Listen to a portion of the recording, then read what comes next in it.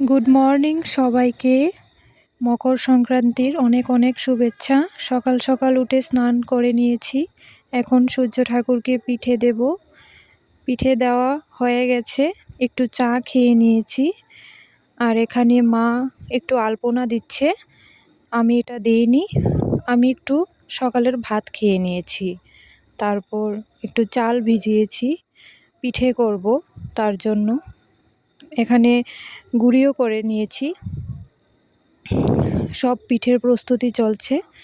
আর মা মাছের তেলের ভাজা করছে।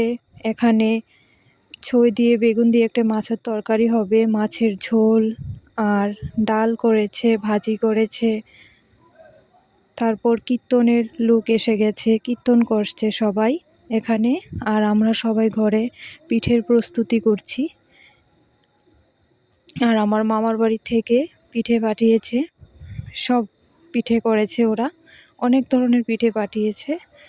আর আমি আর মা মিলে দুধ পুলি পিঠে বানাচ্ছি। মা আমাকে অনেকটা হেল্প করেছে। এই হয়েছে আমাদের ফাইনাল রেজাল্ট। দেখা হচ্ছে কালকের ভিডিওতে। Good night.